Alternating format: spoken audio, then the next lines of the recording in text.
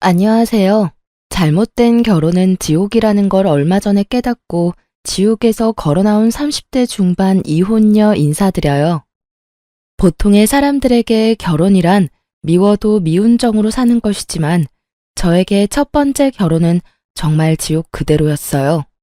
그래서 사연글을 통해 제 전남편과 시모에 대해 폭로해 보려고 해요.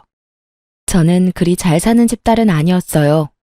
저희 집은 부모님과 저와 제 언니 총 넷이었는데 찢어지게 못 사는 건 아니었지만 넉넉한 형편도 아니었어요. 딱 입에 풀 칠할 정도로 살았죠. 부모님은 안 해본 일 없을 정도로 여러 가지 일을 많이 하셨어요. 학력이 낮아서 할 수 있는 일도 한정적이었죠. 그걸 보면서 제가 느낀 건 어찌 됐든 공부를 잘하자였어요. 잘해서 부모님 호강시켜드리자. 그 생각으로 악착같이 공부했던 것 같아요. 언니도 저도 악바리 근성이 있어서 둘 다 좋은 직장에 들어갔고 딸 둘 모두 부모님께 지극정성이라 집에 용돈도 드렸어요. 대기업에 들어가서 돈을 많이 버니 이번에는 공부가 아니라 돈을 많이 모아야겠다는 생각을 했죠. 돈 모으는 건 꽤 쉬운 일이었어요. 안 쓰는 건 어릴 때부터 습관이라 진짜 쓸 만큼을 제외하고는 다 적금을 넣었거든요. 저는 30대 중반에 결혼을 했어요. 졸업 직후부터 일하기 시작해서 결혼까지 거의 10년 동안 제가 모은 돈은 7천만 원 정도 됐어요. 더 모을 수 있었지만 부모님께 드리는 용돈도 중요했기에 그럴 수 없었죠. 그 돈을 들고 결혼할 때도 친정에서는 도움을 주지 못했어요. 서운할 수도 있었겠지만 저는 그런 것보다 부모님이 노후를 위해 저축하고 아끼는 게 더 좋다고 생각했거든요. 남편은 저와 2살 차이로 시부의 가게에서 같이 일을 했어요. 저는 남편의 착하고 순진한 모습에 마음이 끌렸던 것 같아요. 그런데 그게 착하고 순진한 게 아니라 자기 의견 없이 발언권 큰 사람에게 끌려다니며 자기 생각은 없다는 걸 나중에 알아챘어요. 여기서 발언권이 큰 사람은 시모예요. 어느 집이나 대부분의 집은 시모가 힘이 제일 크죠. 어찌됐던 며느리에게는 말이죠. 남편은 한 달에 300 안 되는 월급에 시부 가게에서 일하는데 시부모는 번화한 거리 1층, 입지 좋은 곳에 가게도 차리고 돈도 잘 버는 사람들이었거든요.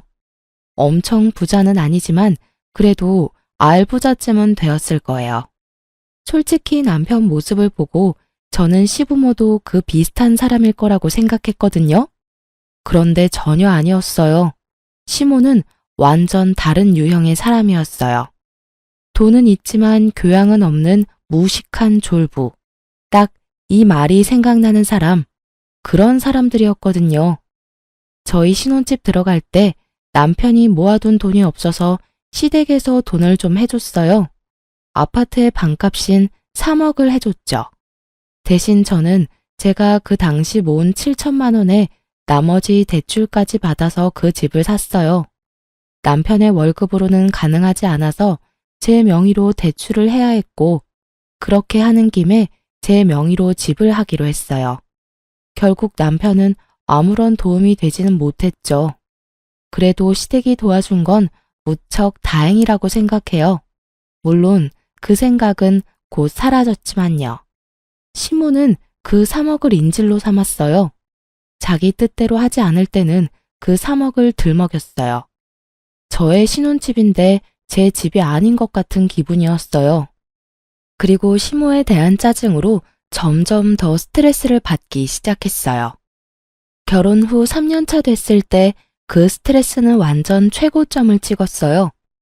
그리고 이혼에 대해 진지하게 생각하게 된 건 결혼 3년 차 친정 어머니의 생일날이었어요. 보통 부모님 생신에 남편과 함께 부모님 댁에 가거나 부모님과 식사를 하잖아요. 그래서 저희도 그렇게 예약을 해뒀어요.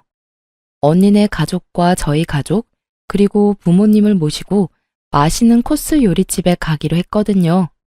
그렇게 장소며 시간이며 다 정해놨는데 그날 아침에 시모에게 전화가 왔어요. 얘, 오늘 우리 집에 좀 오거라. 오늘 손님 오기로 했는데 네가 와서 좀 거들어야겠다. 그 말에 저는 당황했어요. 약속이 잡혀 있는데 갑자기 나오라고 하니 당연히 당황할 수밖에요. 어머님, 죄송한데 저희 오늘 약속이 있어요. 벌써 한 달 전에 잡아놓은 약속인데 그이한테 못 들으셨어요? 저희 친정 어머니 생신이라서 식사하러 가기로 했거든요. 그러면 약속을 좀 미루던지 네가 좀 늦게 가면 되지 않니? 오늘 오시는 분도 겨우 시간이 돼서 여기 온 건데 너는 이 집 며느리가 돼서는 어째서 친정만 신경 써? 쥐뿔도 없는 친정에 신경 쓰느라 시댁은 아주 뒷전이네. 그 말에 화가 확 났지만 일단 참았어요. 손님한테는 죄송하지만 남편이 아무 말도 없었어요. 손님 온다고 했으면 제가 시간을 빼놨을 텐데요. 그래서 결국은 못 오겠다 이거니? 정말 기분 나쁘네. 너 시집을 왔으면 친정보다는 시댁이 우선이야. 너희 집 행사가 아무리 중요해도 시댁 행사보다 중요한 법은 없어. 왜 이런 애를 며느리로 들여가지고. 결국은 항상 듣던 말로 마무리했죠. 저는 전화를 끊고 남편에게 물었어요. 손님 오는 거 알았냐고요. 그랬더니 남편은 자기도 모르는 일이라고 하더군요. 약속을 하고 온 게 아니라 이곳에 온 김에 약속을 잡은 것 같더라고요. 솔직히 나중에 잡힌 약속이라도 그게 중요하다면 앞에 잡은 약속을 깰 수도 있다고 생각은 해요. 그렇지만 그 손님은 친인척도 아닌 시모의 지인일 뿐이었고 친정 어머니의 생일은 당연히 중요할 수밖에 없잖아요. 그래도 시모가 떽떽거리는 게 신경 쓰여서 남편에게 시댁에 가서 좀 거들어드리라고 했어요. 남편은 가기 싫어했지만 시모 성격을 알고 있으니 결국 제 발로 가더군요. 그렇게 생일을 치르고 집에 돌아와 이틀이 지났을 무렵이었어요. 주말이었는데 시모가 찾아왔더군요. 무슨 일로 찾아왔나 싶었는데 들어오면서 이미 기분 나쁜 티를 팍팍 내고 있더군요. 어머님, 어쩐 일로 주말 아침 일찍부터 오셨어요? 연락 주셨으면 저희가 시댁 갔을 텐데요. 너 시댁 오는 거 싫어하지 않니? 이틀 전에도 그렇게 시댁 오라고 했는데 친정에 홀랑 가버리고. 아, 그건 그때도 말씀드렸다시피 생일이 있어서. 됐다. 내가 너희 친정 일에 그리 자세히 알 바 없지 않니? 이야기하지 마. 그냥 내가 빌려준 돈 3억 나한테 돌려줘. 너 하는 거 보니까 내가 그거 빌려준 게 너무 아까워서 그런다. 이럴 줄 알았으면 그 돈 안 빌려주는 건데 괜히 빌려줘서는 며느리한테 무시당하는데 돈이라도 받아야 되지 않겠니? 어머님, 저 혼자 사는 집 아니고 남편도 같이 사는 집이에요. 남편 대신에 어머님 저희 집 사라고 돈 빌려주신 건 감사하게 생각해요. 그 돈도 여력이 되면 갚으려고 저희도 계획하고 있어요. 그리고 저는 어머님 무시한 적 없어요. 어머님이 뭘 어떻게 느끼셨는지는 모르겠지만 친정어머니 생신날에 시댁 못 갔다는 게 그렇게 화가 나실 일인지는 모르겠어요. 어머님도 친정어머니 생신 겹쳤다고 시댁 제사인데도 친정에 가시잖아요. 저한테 제사 맡겨두시고. 그 말에 시모 얼굴이 순식간에 벌겋게 달아올랐어요. 저는 본 그대로 말했을 뿐이었어요. 물론 여태껏 아무도 지적하지 않았던 걸 지적했을 뿐이죠. 세상에서 제일 치사한 게 음식 갖고 장난치는 거랑 부모님 욕되게 하는 거 아니겠어요? 그래서 저도 그대로 돌려드렸죠. 그랬더니 시모가 완전 발광을 하더군요. 야, 너 뭐라고 했어? 그래서 내가 친정 간다고 너 나한테 뭐라고 하는 거니? 와, 남의 약점 잡아서 사람 무안 주니까 기분 좋니? 기분 좋을 리가 있겠어요? 저도 영원히 말하지 않고 끝내고 싶었는데 어머님이 제가 친정 간 일로 그렇게 말씀하시니까요. 제가 어머님을 무시한 적 없다는 걸 알려드리고 싶어서 말씀드렸어요. 그리고 매번 빌려주신 돈 3억을 인질로 잡으시는데 그러지 말고 이 집 팔고 다른 곳으로 이사 갈게요. 어머님이랑 남편이 원해서 이 지역으로 온 거잖아요. 솔직히 집값은 비싸고 집은 작아서 마음에 안 들었어요. 차라리 시댁에서 좀 멀더라도 더 크고 저렴한 집 찾는 게 나을 것 같네요. 그 말에 남편과 시모 얼굴이 모두 죽상이 됐어요. 특히 남편이 더 싫어했어요. 제 이야기가 나오자마자 시모를 데리고 밖으로 나가더군요. 엄마, 제발 그만 좀 해. 빌려줬으면 그냥 관심 끊고 있어. 우리가 안 갚을 것도 아니고 와이프가 열심히 돈 모으고 있다고. 그리고 엄마도 제사 안 하고 외가에 가는 건 다들 아는 거잖아. 괜히 서로 목에 핏대 세우지 말고 제발 집에 가서 좀 쉬어. 어? 결국 그렇게 시모를 내보내고 남편이 돌아와서는 제게 한마디 하더라고요. 당신도 우리 엄마한테 너무 그러지 마. 친정에서 하는 거 반만큼이라도 해봐. 그러면 우리 엄마도 당신한테 잘해줄 거라고. 솔직히 엄마가 빌려준 3억 없었으면 우리가 언제 이 지역에서 살아보겠어? 친정에서 도와줄 형편이 됐으면 더 좋은 데서도 살았을 거야. 솔직하게 우리 집에 도움 하나도 안 되는 친정 우선한다고 시댁 못 간다고 하면 엄마가 화가 안 나겠어? 가재는 개편이고 팔은 안으로 굽는다던가요. 저렇게 말하는 남편놈을 보니 남편을 보는 눈이 바뀌더군요. 하긴 어느 시점부터 남편에게는 그런 부분이 보였어요.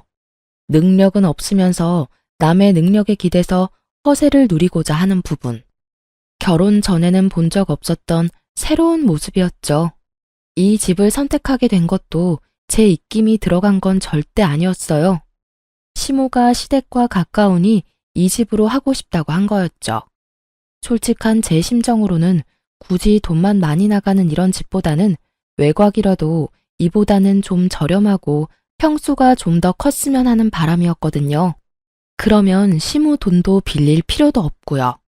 따지고 보면 3억을 인질로 삼게 된 것도 모두 시댁 탓인데 매번 피는 저만 보고 있으니 열이 받잖아요. 저도 말이 곱게 나오진 않았죠. 이런 데서 산다고 몰상식한 사람이 교양 있는 사람으로 바뀌진 않아. 여기서 살자고 한 사람도 당신이랑 시모지 내 입김 하나도 안 들어갔잖아.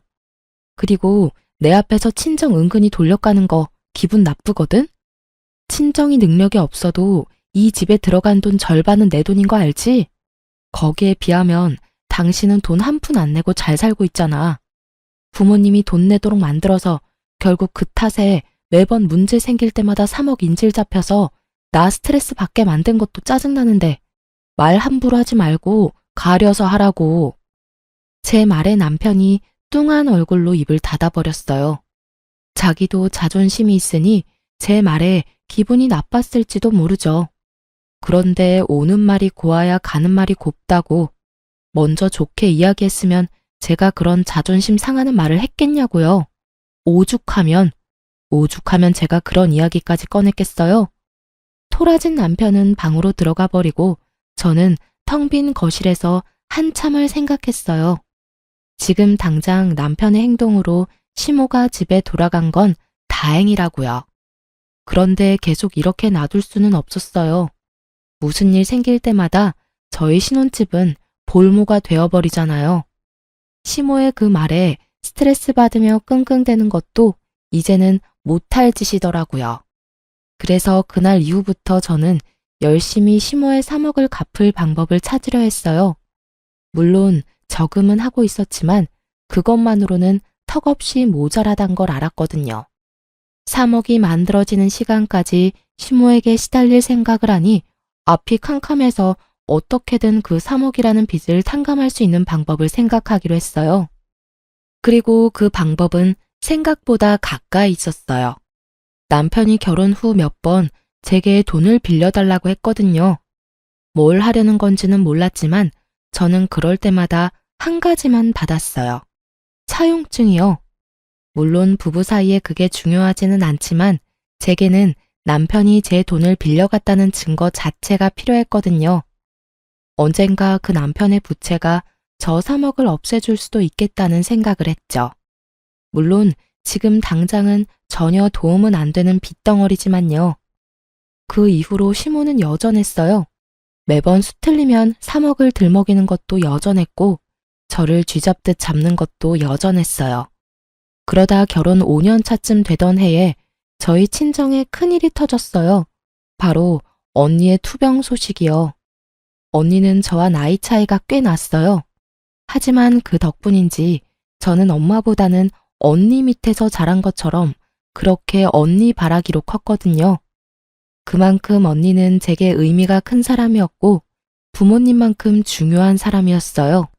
대학 갈 형편이 안 되는 저희 집에서 저를 대학에 보내도록 해준 게 저희 언니였으니까요. 그 은혜는 진짜 말로 할 수 없을 만큼 크다고 생각해요. 친정 엄마에게 언니의 신장이 안 좋고 이식을 해야 할지도 모른다는 이야기를 들었을 때 다음날 당장 병원으로 달려가 적합한지 검사까지 받았어요. 그리고 정말 다행스럽게도 저는 적합하다는 판정을 받았어요. 제가 이식을 해주겠다고 했더니 언니가 먼저 말리더라고요. 너 아직 애도 안 낳았어. 너한테 그런 역할 시키고 싶지 않아. 너한테서는 신장 안 받을 거야. 내가 어떻게 네 남은 삶을... 언니, 나 죽는 거 아니야. 그냥 좀 더 관리하면서 살게 될 뿐이라고. 신장 떼주고도 임신하고 애 낳는 사람 있어. 그러니까 너무 걱정하지 마. 나 몰라? 나 진짜 관리 잘할 자신 있는데? 그래도 안 된다며 거절하는 언니를 겨우 설득하고 나니 부모님이 저한테 미안하다고 고맙다고 하더라고요. 가족끼리 뭐 그러냐고 그랬죠. 솔직히 나는 다른 그 어떤 것보다 가족이 중요하다고 했어요. 가족 중 누가 아파도 나는 신장 떼줄 수 있다고. 내가 할 수 있는 거면 할 거라고 했죠. 부모님은 미안한지 내내 눈물만 훔치고 저는 공여자가 된다는 게 무섭기도 했지만 그보다 언니를 더 이상 보지 못할 수도 있다는 게 더 무서웠거든요. 어릴 때는 자매가 아니라 엄마처럼 알고 컸고 커서는 자매가 아니라 친구처럼 지냈어요. 그만큼 저에 대해 많이 알고 언니에 대해 많이 아는 저였으니까요. 그리고 그날 저녁에 저는 돌아와서 남편에게 이야기했어요. 우리 언니 신장이 안 좋아서 이식받아야 한대. 그래서 내가 해주기로 했어. 수술 날짜 잡히면 이야기해줄게. 뭐? 당신이 이식을 왜 줘? 남편이 깜짝 놀라더군요. 그럴 수 있다고 생각했어요. 남편에게 말했죠. 언니가 나한테 어떤 사람인지 내가 연애할 때도 많이 말해줬잖아. 바쁜 친정엄마 대신 날 키워준 게 우리 언니야. 언니 아플 때 못 본 척하는 사람 되고 싶지 않아. 잠깐 기다려봐. 제 말에 남편이 다급히 제 말을 끊고는 어디론가 전화를 걸었어요. 스피커폰으로 전화를 하는 게 보이는데 시모였죠. 왜 갑자기 시모한테 전화를 하나 싶었죠.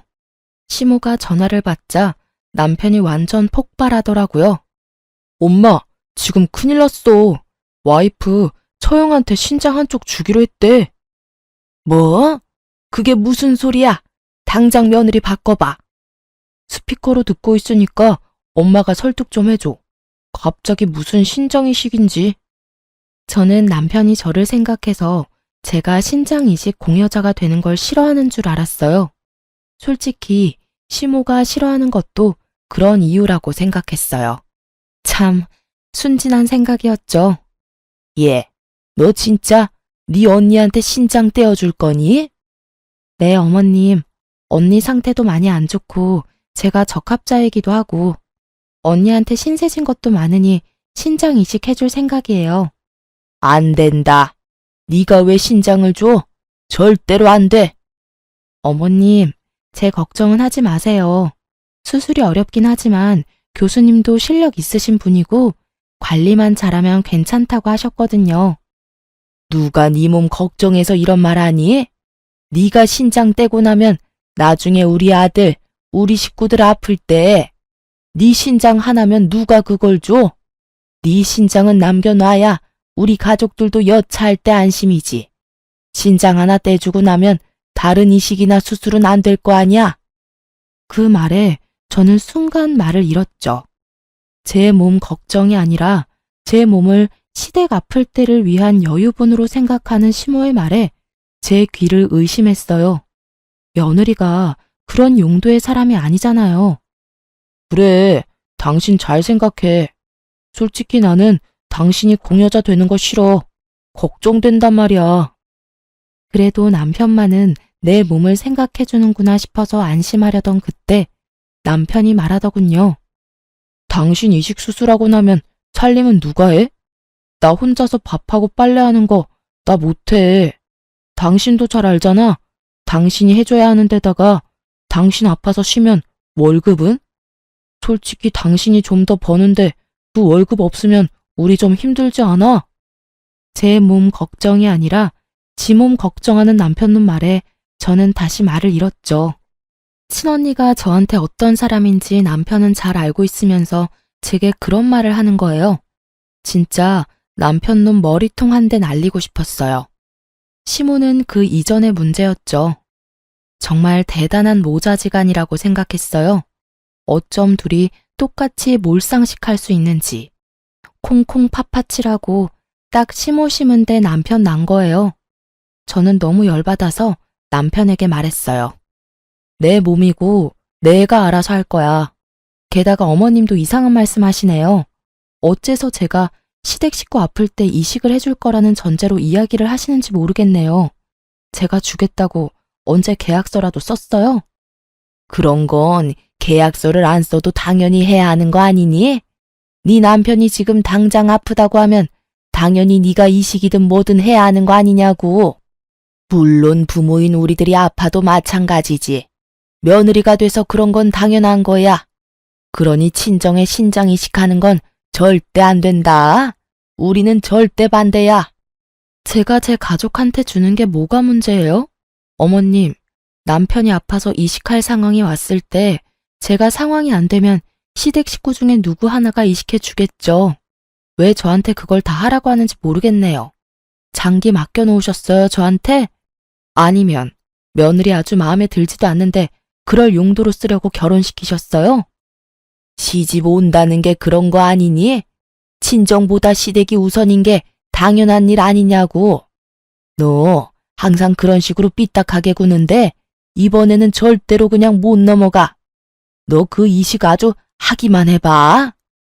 두 사람이 뭐라고 반대를 하든 저는 이식할 거예요. 이미 날짜도 다 잡아놨고요. 저는 그렇게 말하고 대화하기 싫다는 듯 집을 나와버렸죠. 저런 인간들을 가족이라고 데리고 있는 제가 너무 불쌍하고 비참하더라고요. 제 가치가 그것뿐이라는 듯 말하는 시모한 남편이 너무 짜증나고 열받았어요. 집에 돌아오니 꼬치꼬치 언제 수술이냐고 묻는 남편에게는 대답조차 해주지 않았어요. 분명히 반대하면서 방해할 게 뻔해 보였거든요. 그리고 제 예상 그대로 시모한 남편은 어떻게 알아냈는지 이식 수술날 집 앞에서 저를 막고 섰어요. 가지마. 너 경고했어. 별것도 아닌 집안에 네 몸뚱이 주는 거 나 용납 못해. 그 몸 고스란히 시댁 가족을 위해서 관리나 하라고. 안 그래도 너희 시아버지 요새 간이 안 좋아서 힘든데 혹시라도 이식할 상황 생기면 네가 책임져야 하지 않겠어? 이런 식으로 몸 상태 망가뜨리는 거 난 용서 안 할 거야. 그만 좀 하세요. 두 사람 다. 도대체 왜 이러시는 건데요? 그리고 제가 시댁에 간이라도 맡겨놓은 줄 아세요? 그리고 적합검사 몰라요? 어차피 제가 주고 싶어도 적합검사에서 떨어지면 못 주는 거라고요. 언니랑 제가 맞은 건 자매라서 확률이 높았던 거였고요. 시댁 가족이랑 제가 그쪽으로 적합할 확률은 거의 없다고요. 제 말에도 시모는 아주 막무가내였어요. 그런 말로 나 속이려 해도 나는 안 속아. 어찌됐건 너도 이식 후보에 오르려면 몸 상태 무조건 좋아야 하는 거 내가 모를 줄 아니? 만약 이 상태로 진짜 가면 너 우리 아들이랑 이혼하게 될 거야. 가고 싶으면 이혼 생각하고 가. 그 말에 저도 확 돌아버렸죠. 아니, 이 사람들이 뭔데 제가 제 가족을 위해 하겠다는 일을 막는 건지 솔직하게 말해볼까요? 만약 어머님과 남편이 제 몸 걱정해서 혹시라도 이세가 생겼을 때 제가 감당하기 힘들어할까봐 이식을 막았다면 저도 다시 생각은 해봤을 거예요. 지금 제 가족은 남편이 맞고 친정집을 위해서 가족의 걱정을 무시하는 것도 미안한 일이니까요. 그런데 아다르고 어다르다고 이식을 반대하는 이유가 저딴 저급한 이유였다뇨. 그걸 듣고 나니 괜한 반발심에 언니에게 더 주고 싶어지더라고요. 게다가 신장 이식해주려면 이혼을 생각하라는 시모 말에 저도 참다 결국 터져버렸죠. 아, 그러세요? 그러면 이혼 생각하고 계세요. 저는 언니한테 신장 이식해주는 거 포기 안 해요. 아니, 포기 못 해요. 어머님 남편 말하는 거 들으니 기가 막혀서 오히려 더 해주고 싶네요. 웃겨, 진짜. 며느리를 뭐라고 생각하는 거야? 당신도 마찬가지야. 남편이 되어가지고는 고작 몇 주 살림하는 거 힘들다고 처형 다 죽어가는데 이식해주지 말라고. 찌질하기가 아주 역대급이야, 그치? 너 같은 인간이랑 내가 살 맞대고 살았다고 생각하니까 징그러워서 소름이 돋아. 우리 식구들 앞에서는 온갖 착한 척 다 하더니 결국은 제 몸 생각해서 처형 아픈 거 모른 척하는 꼬락선이라니. 비켜! 결국은 남편과 시모를 놔두고 빡 돌아버린 저는 거칠게 현관문을 열고 밖으로 나갔어요. 뒤에서 시모가 고래고래 고함을 질러대더군요. 오냐! 누가 후회 하나 두고 보자! 너 신장 하나 주고 얼마나 잘 살 수 있겠어? 그런 병신 같은 며느리 우리 쪽에서 사양이야. 정말 마지막까지 사람 기분 상하게 하는데 도가 틈분이다 싶었어요. 그 이야기 싹 무시하며 병원으로 갔어요. 제 기분과는 상관없이 수술은 잘 됐어요. 그리고 이후 입원해 있는데 시모가 남편을 대동하고 병원으로 왔더군요. 그때는 병실에 딱 아무도 없는 상황이었어요. 친정 부모님이라도 있었으면 저 대신 욕을 해주셨을 텐데 천하의 지랄 맞은 성격인 저라도 아플 때 그 사람들 얼굴을 보니 만사가 다 귀찮아지더라고요. 그런 제 앞에서 시모가 서류를 하나 턱 내놓더군요. 이혼 서류였어요. 너 우리 집 의견 무시하고 혼자서 신장 하나 떼줬으니 약속대로 어서 이혼해라. 우리는 너 같은 며느리 데리고 있기 싫어. 시모의 모습을 보며 만사 귀찮았던 저는 싱긋 웃었어요. 감정 없이 웃는 건 힘이 하나도 안 들잖아요. 예, 이혼해 드릴게요. 쇳불도 당김에 빼라고. 이렇게 직접 오셨으니 제가 지금 당장 써드릴게요. 당장 가져가서 접수시키세요. 저는 그렇게 말하며 그 자리에서 환자 침상에 있는 식탁을 꺼내 서류에 빈칸들을 채워나갔어요. 아주 흔쾌히 서류를 작성하는 제 모습을 보던 시모는 그 모습마저도 마음에 안 들었는지 저한테 한마디 더 붙이더라고요. 그리고 너희 신혼집에 넣어준 돈 3억 당장 갚아. 너한테 그런 돈 투자했다는 거 생각하니까 억울해 죽겠어. 그 돈으로 재테크를 했으면 돈을 더 벌었겠지. 되지도 않은 며느리 도와주려다가 뒤통수나 맞고. 세상에 이런 불쌍한 시어머니가 어딨어? 아, 그 돈 3억요. 그중에 1억은 아드님한테 받으세요. 2억은 집 팔고 나서 제 돈으로 드릴게요. 제 말에 시모가 눈을 꿈뻑꿈뻑 하더군요. 그게 무슨 소리야? 우리 아들이 왜 나한테 1억을 줘? 그 집이 네 명이고 3억을 내가 줬고 우리 아들은 돈 한 푼 안 냈는데. 아, 아드님이 이야기 안 하셨나 보네요. 당신 어머님한테도 이야기 안 했어? 그런 말을 안 하면 곤란하지. 이제 두 사람 재산 정확하게 갈라야 하는데 이런 다툼의 여지를 남겨두면 일이 좀 커지잖아. 제 말에 남편은 꿀먹은 벙어리가 됐어요. 기세 좋게 시모 앞세워 들어올 때는 그런 생각 들지도 않았나 보죠. 당신 집 담보로 돈 1억 빌려갔잖아. 그거 빌려가서 코인 하다가 망해서 다 날렸고. 어차피 지금 당장 돈 없지? 그치만 부부끼리 빌린 돈이고. 부부끼리 빌린 돈이라도 차용증은 썼잖아. 그리고 당신이 내 돈 빌려간 건 사실이고 나는 그거 갚으라고 이야기했어. 그거 갚기 싫으면 당신이 어머님 설득해. 그 빚 제하는 조건으로 2억만 받아가시라고. 그럼 딱 되잖아. 눈앞에서 받아야 할 돈이 3억이 2억으로 바뀌니 시모가 화가 나서 버럭거리더군요. 야, 이 망할년이 너 뭔데 우리 아들을 빚진 사람 취급해? 그리고 남편이랑 같이 벌어서 돈 쓰면서 무슨 빌려주고 말고야. 부부끼리 쓴 돈은 부부끼리 알아서 하는 거고, 시어머니한테 빌린 돈은 당연히 갚아야 하는 게 맞는 거지.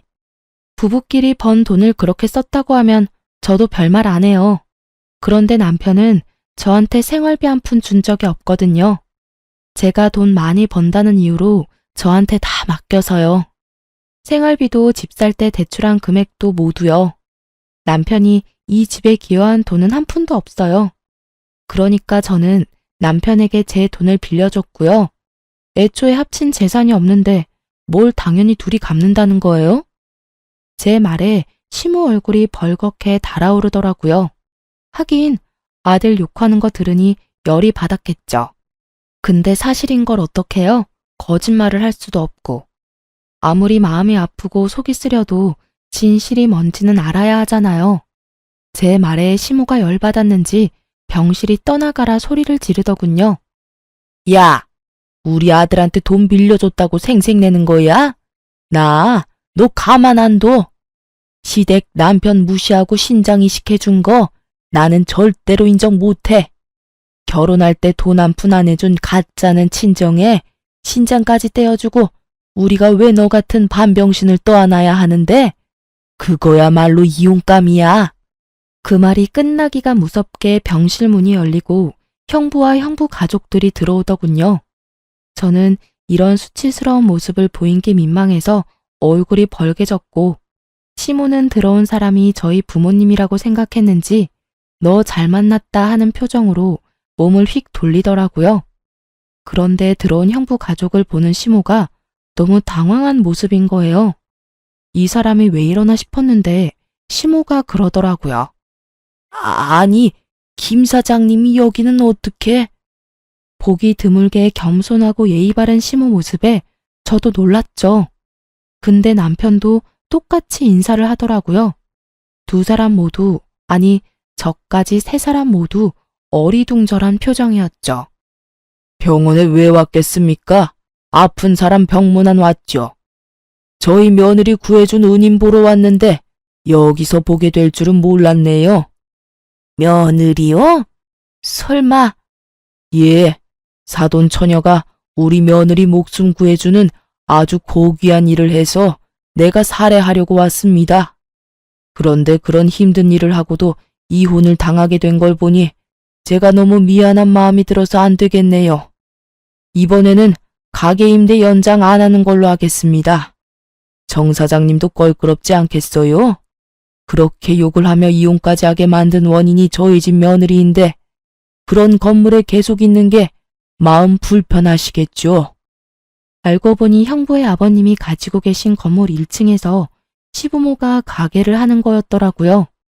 솔직히 저도 사돈 어른이 어디서 뭐 하는 사람인지 몰랐고 알 필요도 없었으니까요.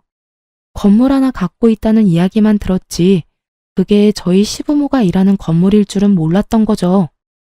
김 사장님, 그런 거 아니에요. 그런 걸 이유로 계약을 연장 안 해주면 저희는 어떻게 해요? 지금 당장 갈 곳도 없는데. 계약 종료까지는 4개월 남아있으니 그때까지 가게 빼시면 됩니다.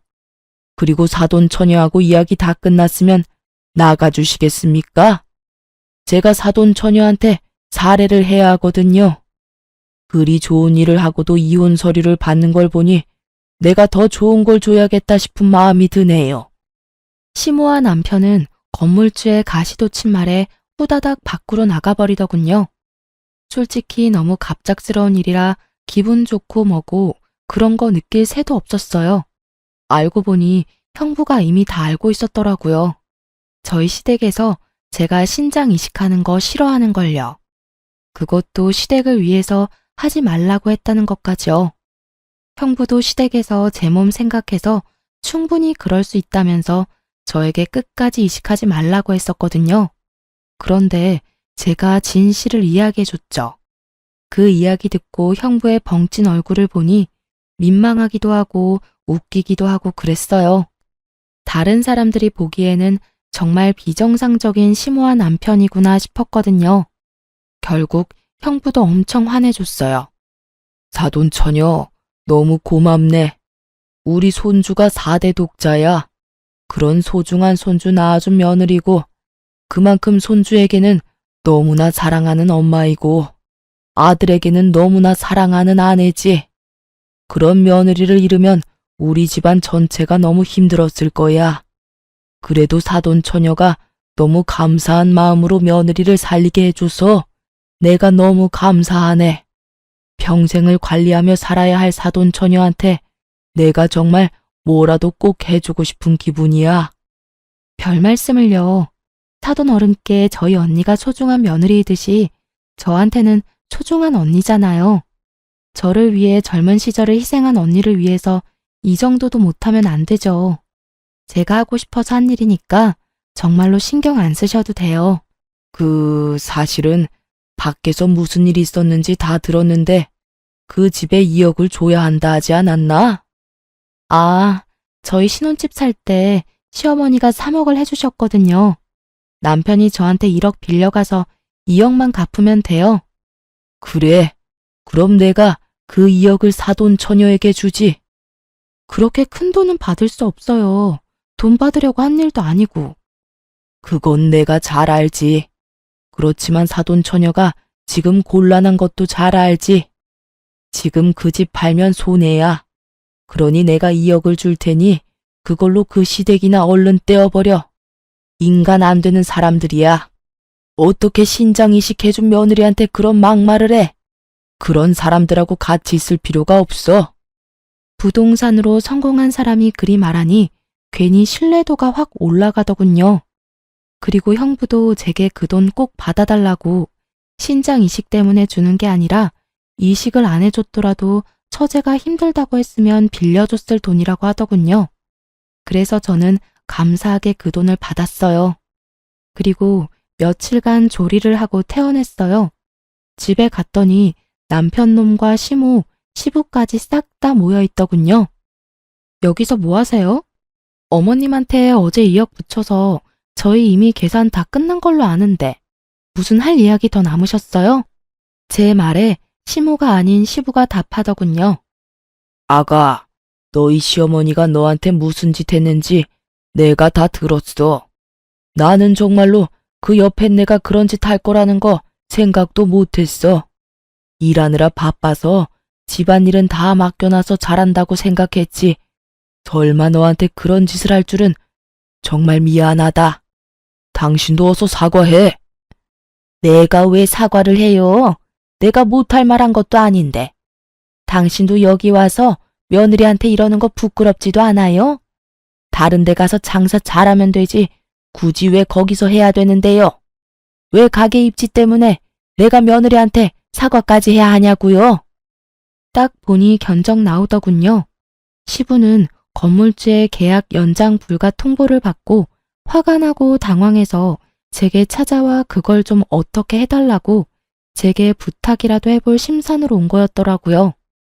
그런데 시모는 자기들이 번 돈이 얼만데 다른 데 가서 해도 그만큼 버니 굳이 며느리한테 사과할 필요 없다는 생각인 거고요. 당신 진짜 이동한다고 다 잘 된다는 보장이 어딨어? 애초에 당신이 며느리한테 그런 짓만 안 했어도 우리한테 문제가 생길 일은 없지.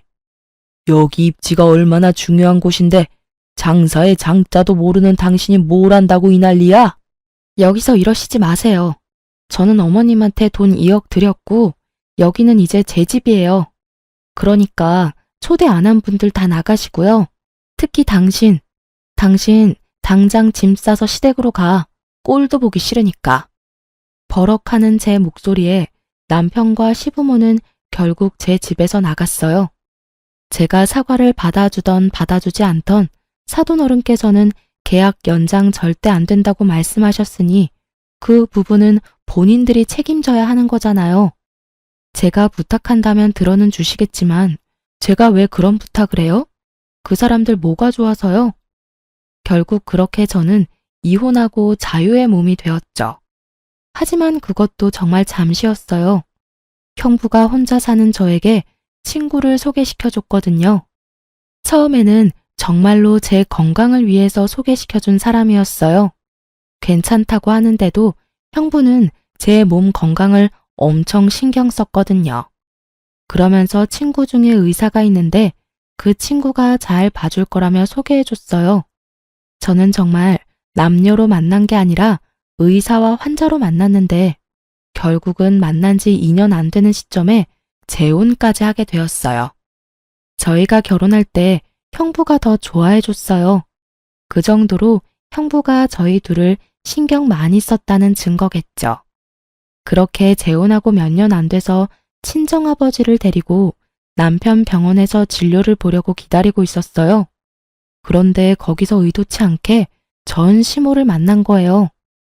솔직히 전 시모가 사는 동네 근처라 언젠가는 마주칠지도 모르겠다 생각은 했는데 재혼한 남편 병원에서 마주치니 당황스럽더라고요.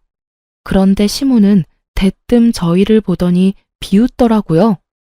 그래, 우리 말 안 듣고 신장 하나 떼어주고 나니까 골골거리지? 그럴 줄 알고 우리가 너 말린 거야. 혼자서 다닐 수도 없어서 부모까지 대동하고 다니기는. 아주 잘 됐네. 몸 다 망친 거 보니. 우리만 망한 게 아니라서 속이 다 시원해. 어찌나 고소한지. 너 잘 사는 꼴 봤다면 내 억장이 다 무너졌을 거다. 거 봐라. 내가 주지 말라고 했을 때 주지 말았어야지. 뭐가 대단하다고 이혼까지 하고. 네가 뭔데? 너 따위가 뭔데 우리 아들을 이혼남으로 만들어? 누가 누굴 이혼남으로 만들었다고 저러는지. 이혼 서류 가져와서 눈앞에 들이댄 것이 본인이라는 걸 기억 속에서 까맣게 잊으셨나 보더라고요. 그 말에 제가 발끈해서 한마디 하려는데 아버지가 말리더군요. 허허, 걱정해줘서 고맙습니다. 그런데 우리 딸은 아픈 게 아니고 제 건강검진을 위해 병원까지 같이 따라와 준 겁니다. 그리고 이 병원도 남의 병원은 아니고요. 우리 사위가 여기서 일해요. 이전에 사위가 돈 한 푼 벌어다 주지도 않고 비트코인인가 뭔가로 마누라한테 빌린 돈만 날리는 무능력한 남자였던지라 이혼하고 의사 사위랑 재혼하게 돼서 너무 다행이지요. 뭐라고요? 이 양반이 정신이 나갔나? 어디서 남의 아들한테 무능력하다 어쩌다 말이 많아요? 진짜 명예훼손죄로 한번 감옥에 들어갔다 나와 볼래요? 시모가 소리치는데 의사 가운 입은 지금의 남편이 저와 아버지에게 다가왔어요. 장인어른, 오래 기다리셨죠? 이제 곧 들어가시면 될 것 같은데 혹시 이분은 아는 분이신가요? 그냥 지나가는 아줌마인데 우리한테 아주 악담을 퍼붓지 뭔가. 우리 딸한테 막말을 해서 내가 좋게 다이르고 있던 중이지. 내가 저 아줌마를 잘 알거든. 얼마 전에 가게도 망하고 자식 농사도 망했거든. 그래서 마음이 많이 아픈 사람이야. 아버지의 그 말에 저는 웃지도 못하고 시모는 얼굴이 달아올라서는 입만 달싹거리다가 결국은 찍소리도 못하고 도망쳐버리더군요. 2번 다시 남편 병원은 오지 않을 것 같더라고요. 친정아버지는 시모에게 한 방 먹인 게 기분이 좋았는지 검사받는 내내 허허거리시고 저는 시모의 그 도망치듯 떠나는 모습이 떠올라 솔직히 속이 시원했어요. 이혼하고 나서 자유의 몸이 된 게 너무 즐거웠지만 한편으로는 걱정도 많이 했어요. 건강 상태가 나쁜 상태로 이혼을 진행했어야 했고 혼자 집에 있는 것도 힘들었어요. 하지만 다른 가족들이 정말 잘 도와줘서 이혼도 건강도 잘 정리된 것 같아요. 자존심 때문에 혼자서 모든 걸 하려고 했다면 결국 망하는 건 저였을지도 모르죠. 그렇지만 주변의 도움을 많이 받을수록 점점 저는 더 평온하게 살 수 있게 됐어요. 지금의 남편과 언니, 형부에게 너무 고마워요. 그리고 돈 빌려준 걸로 사람을 매번 괴롭히는 전 시모와 돈 한 푼 안 주면서 시모 능력에 빌부터 뭐든 자기 위주로 생각하는 전 남편과 손절한 게 다행이었죠. 지금도 그때를 생각하면 열이 확 오를 때도 있어요. 그걸 참고 살았다면 제정신으로 살지 못했을 거라는 생각도 많이 들 정도예요. 이혼은 가볍게 결정할 일은 아니에요. 그렇지만 내 남은 인생을 어떻게 사는지를 결정하는 일이긴 하죠. 결혼이 인생의 가장 중요한 선택이듯 이혼도 남은 인생을 어떻게 보낼 수 있을지를 선택하는 중요한 분기점이 될 수도 있어요. 글을 쓰면서 많은 생각이 교차했지만 결국에는 이혼은 참 잘했다 싶어요. 마음이 편안하다는 건 그 무엇보다 중요하거든요. 남들 눈에는 별거 아닌 일들이 제게는 너무도 힘들고 큰 일이었듯 어떤 이유로 이혼하든 그것은 그 사람에게는 아주 큰 이유가 있는 거라고 생각해요. 이혼 전에는 그런 생각 못 했거든요. 경험하고 나서야 보이는 것들이 또 있는 것 같아요. 쓰다 보니 글이 길어지게 됐네요. 읽어주신 분들 감사합니다.